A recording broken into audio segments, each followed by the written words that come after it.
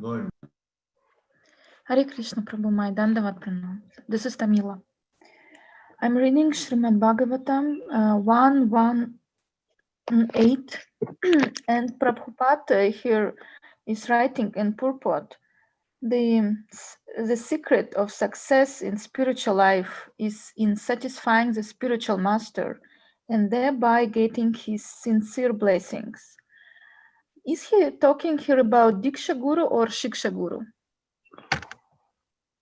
Could you repeat the sentence again, Mataji? Yeah, sure. The secret of success in spiritual life is in satisfying the spiritual master and thereby getting his sincere blessings. Well, this is applicable to both.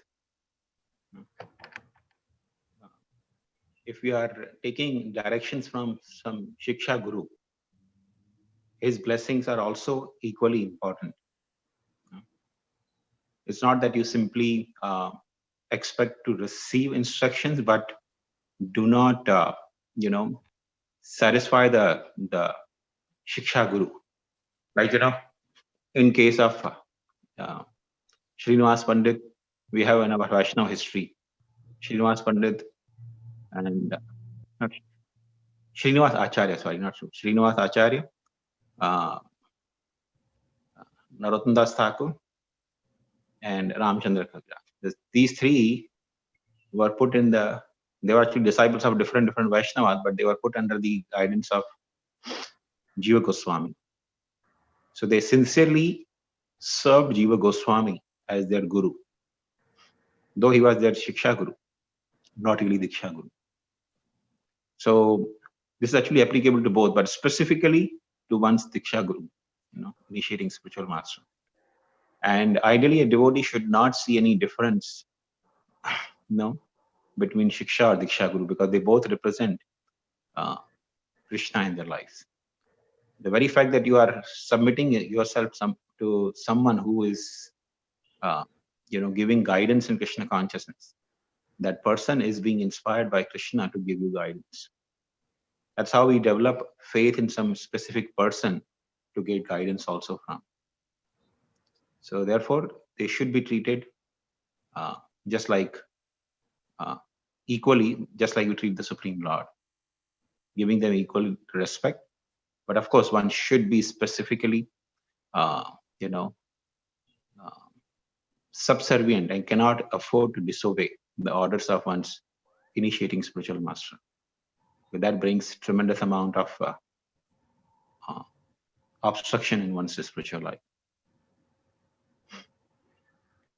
Okay, but does it mean that without Diksha Guru there is no success in spiritual life? That is the verdict of the scriptures, because Diksha Guru is the one who actually formally connects a person to Guru Parampara system.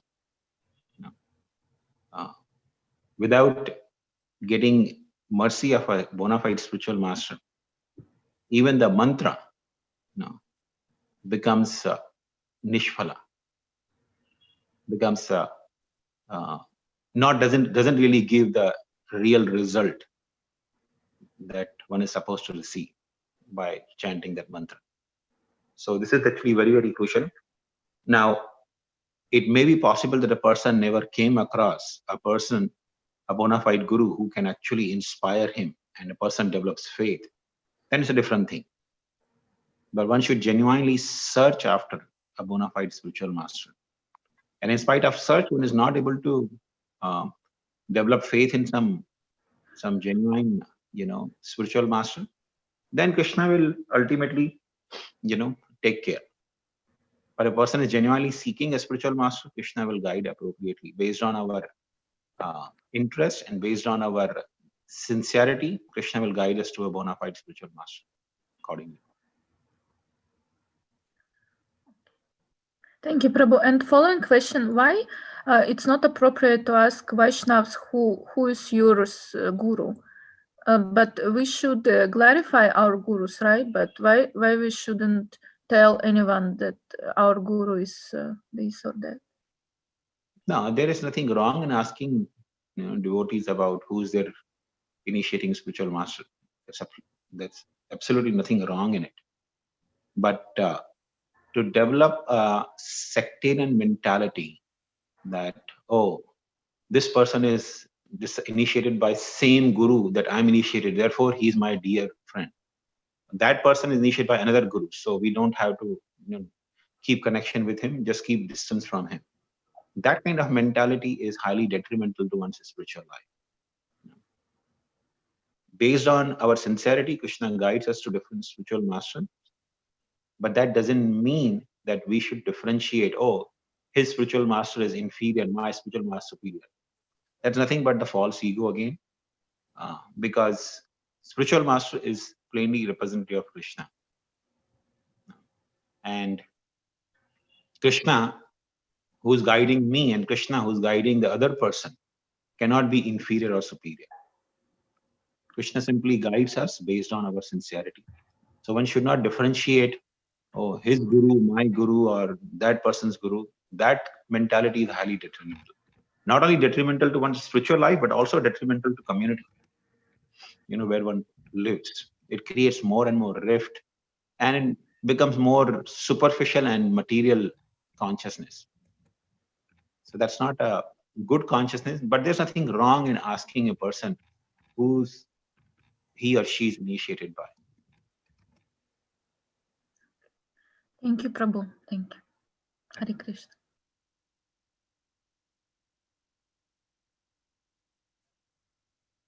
Hare Krishna Prabhuji, Dandavat Pranam, Jai Shri Prabhupada. Like a follow-up question to Kamila Mataji's question, I think I read sometime back which says that there are few things which we should hide, like Guru's name and your japa beads and something like that. Is there something in the scriptures like that, Prabhu? No, I never Should heard not. that. No, okay. Hide Guru's name, no, nothing like that. Yeah, I don't know, it was long time back, but yeah, there are few things which we don't disclose or something. If one is misbehaving appropriately, for example, somebody goes to movie theater, there he shouldn't pronounce that I'm disciple of such and such. Better he hide. But in general, when we are practicing Krishna, Krishna consciousness, our sadhana bhakti, there's no such injunction. Otherwise, if a person is misbehaving inappropriately, and people are actually taking a note of it, that his behavior is being actually noticed by people, then better a person do not take the name of his spiritual master, because that brings defaming to the Guru's name as well. But in general, there is no such injunction that one should not. But a person should not, after taking Diksha, especially a person should be very careful not to misbehave. Thank you, Prabhu. Yeah. Hare Krishna, Prabhuji. Prabhuji, in today's quote, right, it was mentioned about rats and snakes. Does that refers to karmis and devotees, or how do we understand it? Yeah, Prabhupada actually mentioned this many times, that some of the places, in temples, the press reporters or neighbors would actually complain, oh, you people don't work, but yet you have nice place to live, you're eating nicely, you have nice cars.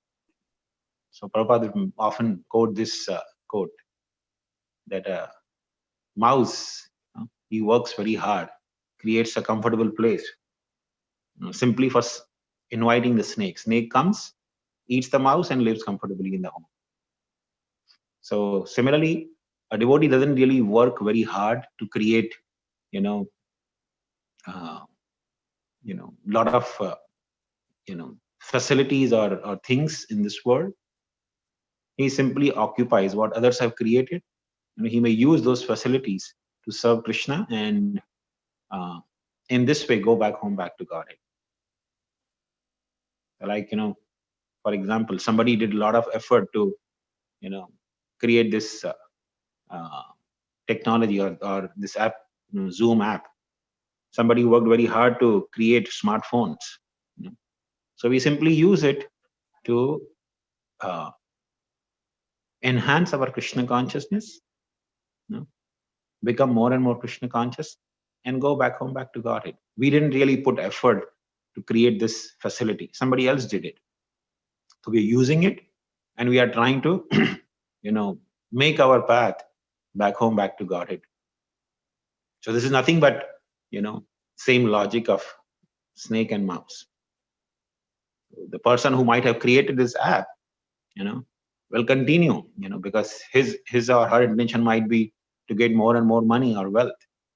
So you'll get the money or wealth and rot in this material existence, birth after birth, continue again in the cycle of birth and death. But devotees can utilize it and go back home, back to Godhead. And of course, the person who created this also gets some sukriti if devotees are utilizing it. So devotees utilizing all the facilities definitely brings some sukriti to people who actually worked hard. So therefore, devotees' endeavor is actually beneficial for everyone. Even the people who are highly demoniac and want to create more and more facility for sense enjoyment, when devotees take that facility and use in Krishna's service, even the demon's endeavor becomes perfect in one way, and they get some blessings of Krishna. Thank you. That means rats are also getting benefited. Sorry? Rats are also getting benefited, that means, right? Yes, definitely. And I remember somebody was sharing that in 1976 when they were trying to have Rath Yatra in New York City. And, the government gave them to do the Rath Yatra on, I think, 5th or 6th Avenue, they were saying 5th or 6th Avenue.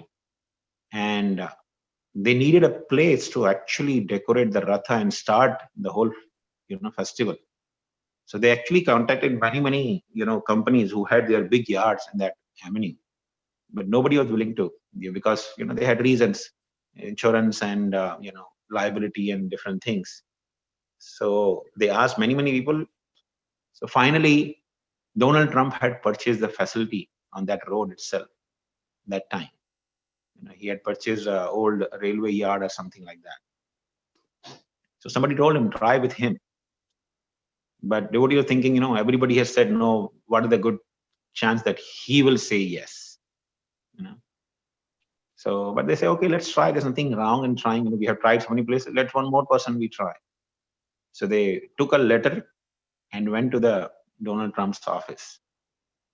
And the secretary, she asked them, what is the purpose, why you come? They explained that they want the facility for just, few hours to do their festival, to decorate the cart and all. So she said, I don't think he ever gives such permission to anyone. So you can leave the letter, but I don't think, I can tell you now only that he's not going to agree. So devotee said, okay, keep the letter, and in case, let us know whether yes or no, either case. So after 3 days, and they had actually taken some prasad also, a few boxes of prasad. So they left prasadam and letter with the secretary of Donald Trump. And, after 3 days, she called the devotees and she said, I don't know what happened. When he came to office, I gave him the letter and the food that all of you have left. He took some bite from the food. And after some thought, he said, yeah, nothing wrong. Let them have the facility for a few hours. And he gave the permission. So, the devotees actually use in Jagannath's service, that yard that he had purchased. He may not remember now, but Jagannath remembers. It's amazing, Prabhu. So Donald Trump? Yeah, Donald Trump. The same president of the United States. Who knows? Jagannath might have blessed him, to become the president of the United States because of that Sukriti. Cannot be proper to offend him. Looks like. What do you prove? Generally, many of us have some.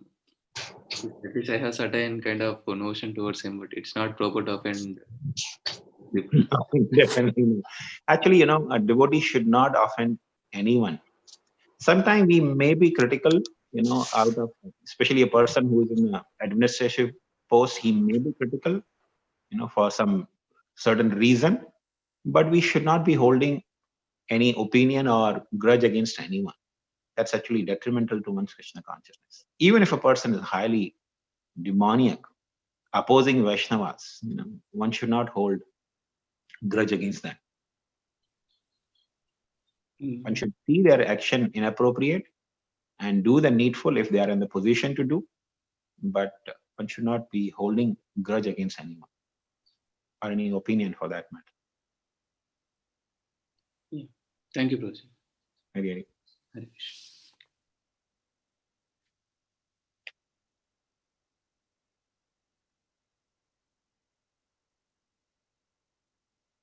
Okay, so if no more question, then we can stop here. Yes, Prabhuji, I have one question, Prabhuji. Hare Krishna, Prabhuji. Hari Bol, go ahead. Yes, Prabhuji, as we know, there are so many universes are there, and in all universe, Lord is performing different pastimes of in all universe. So, Lord performs same pastimes or different? I like means Lord take avatar of Kurma and Matsya like that in same or same order or what, Prabhuji? Mataji, actually, the order in which the Lord may appear may vary, but in general, this is the order, which is given in Bhagavatam. But Prabhupada always mentioned one thing, that chronology in subject matter of discussing Lord's pastime is insignificant. It's not really important. Though in our modern history, there's a lot of emphasis, but you see the chronology doesn't serve any purpose. The purpose of history is to learn lessons. For example, I studied, all of us, we studied, right, history. This year, the Mughals invaded in India. This year, British invaded. Now, do we remember which years they actually invaded? And does really have any purpose? It's useless. It's useless to remember the dates. Dates doesn't really make any sense. So that's not the way of the acharyas like Srila Vyasdev. They document the histories. They document the history in terms of lessons and glorifying the Lord and his pastimes, because that's the only thing which is beneficial for living entities. So chronology is not really important. Okay. So all associates will be same or? And the Lord's associates are innumerable, and some of the prime associates, when Krishna comes, for example, Radharani will be there, Nanda Maharaj Yashoda will be there, but others may change, because Krishna has unlimited, associates. In every pastime, he can actually bring, all of those associates or different sets of devotees. Okay, like in Narsimha pastime, Prahlad will be there. Yes, but even Narsimha pastime doesn't happen only for Prahlad. It happens for different Vaishnavas as well. So, for example, if you go to South India, there is a temple of Panakalas Narsimha. So yes, that Mangalgiri. Mangalgiri. So in Mangalgiri, Yes, the Lord near did to- not appear for Prahlad. He appeared for killing a demon called Namuchi. Yeah, Nimuchi, yes. So, because Namuchi was troublesome to Indra and other, devas. So the Lord appeared to kill him. Oh, So yeah. the Lord appears in his different forms at different times and different purposes. Similarly, Lord Narasimhadev appeared to protect Adi Shankaracharya, from the hands of Kapalika, who wanted to kill Shankaracharya. So the Lord appears actually in so many, even in the same form, he appears at different times to perform pastimes. The details of those pastimes may vary. Okay, thank you. Hare Krishna Prabhuji, Dandat Pranam Jai Shri Prabhupada. This is Pran Gopika. So Prabhuji, today in Vaishnava etiquettes, it said we should never accept a god brother as servant unless we have the permission or order of the spiritual master. I didn't understand. Could you please explain? Okay, so sometime it happens that a person may be in a position, like if he's the owner of some company, or or having a lot of wealth, he may employ some devotees. Especially if a person keeps a servant at home and that happened to be a devotee, So one should not accept, especially one's own god brother or god sisters, as servants at home or in other ways, unless he has permission from the Guru. Now, of course, you don't want to deny in that sense, but this is the general etiquette. If a devotee is in the need and you say, no, I cannot accept your servant, I cannot employ you, and that would actually creating more and more, trouble for the devotee, then one may accept him, but with the permission of one's Guru, if the Guru is around.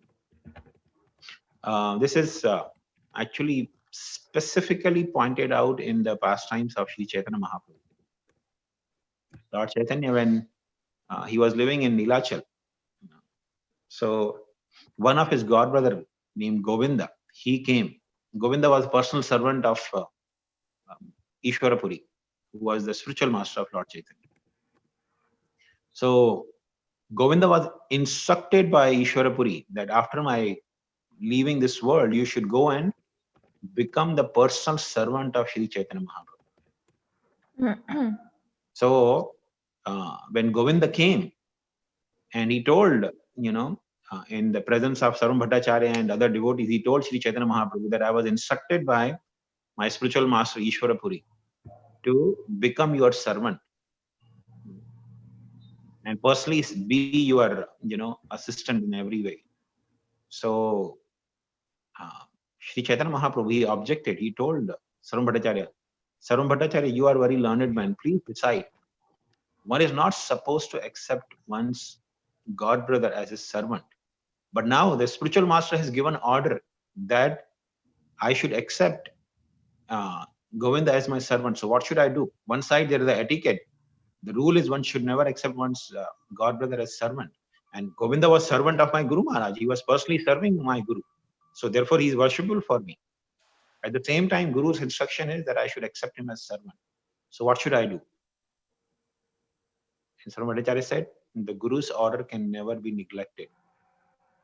The order of Gurus always takes precedence. So if other injunctions which are clashing with it, one can actually neglect those and accept the order of a spiritual master. And of course, we're talking about the genuine, bona fide spiritual master. Sometimes people may end up in hands of some rogues who are playing the role of some sadhu. Then it's a different thing. And that also, of course, depends on person's personal tendencies. If the person has cheating tendency, then Krishna also guides him to cheating Guru. But in general, when a person accepts somebody as spiritual master, then he must obey by his instruction. And Sarvam Bhattacharya actually gave, a few examples. He said the Jamadagni, he ordered Parshuram. He ordered Parshuram to kill his own mother and brothers. And Parshuram, knowing, because his father was also his Guru, so knowing the order of his Guru or his father, he immediately executed the order and killed his own mother and brothers. So therefore he said, one cannot neglect the order of spiritual master. But in general, the principle is one should not accept one's god brother or god sister as servants. Therefore, we call them Prabhu. Because Prabhu means master. Thank you. Hare Krishna Prabhuji. So I was reading Bhagavad Gita, and initially chapter 5 and 6. So Krishna telling Arjuna about yoga, and telling about how yoga system works. But Arjuna rejects and says that this is not possible for me. So why Krishna is not telling him directly the easier way of bhakti yoga? Instead, he is telling him the round and round and round. So just was confused, and so I thought I should ask. It's not that Krishna didn't tell. Right in the second chapter of Bhagavad Gita, you'll find Krishna gave the direct instruction, that leaving aside the consideration for loss and gain, victory and defeat, simply fight for my sake. In the very second chapter only, after he finished the instructions on body and soul, and then gives instructions on Dharma Shastra based that you are a Kshatriya, therefore you should fight. But after that, he concludes, I think 247, if I'm not wrong. Krishna says, you simply fight for the sake of fighting, because I want that. So that was the direct instruction for devotional service. So, but Arjun somehow there couldn't, because that was the whole, a lot of things were summarized in second chapter together. Therefore, second chapter is also entitled as Summary of Bhagavad Gita. The entire subject matter of Gita is actually discussed in a nutshell in the second chapter. But then Krishna actually started expanding. Each and every subject matter he started expanding. Karma Yoga, Jnana Yoga, Dhyana Yoga. And then, in the 7th and 9th chapter, he actually brings to Bhakti.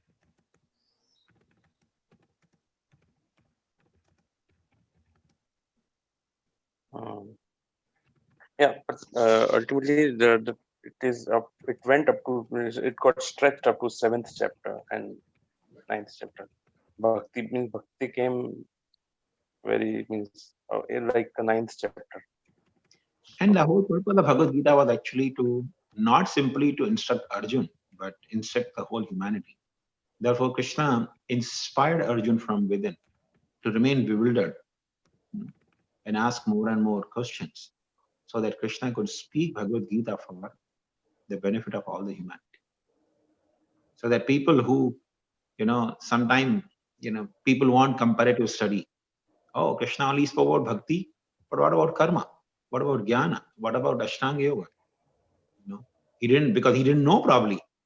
People will even say that maybe Krishna didn't know that. That time it was not there.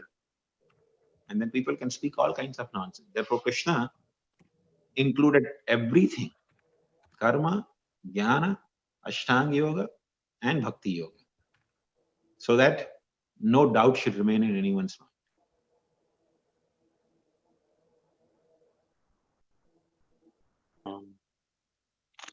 Thank you.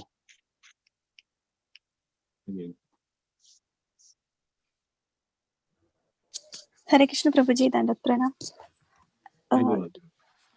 Tomorrow is auspicious day, Pandava Nirjala Ekadashi, right? So can we start from tomorrow, Prabhupada Lilamrita, in our reading session? If everyone... Vijay Prabhu, so what was the outcome? Okay, so I think majority of the vote is for reading, but there is a split vote between reading in the evening versus reading in the morning. So, which is the selection, morning or evening? So it's almost split vote, probably. 1 second, let me just open it. Sorry, bro. It's almost a split vote, I'm saying.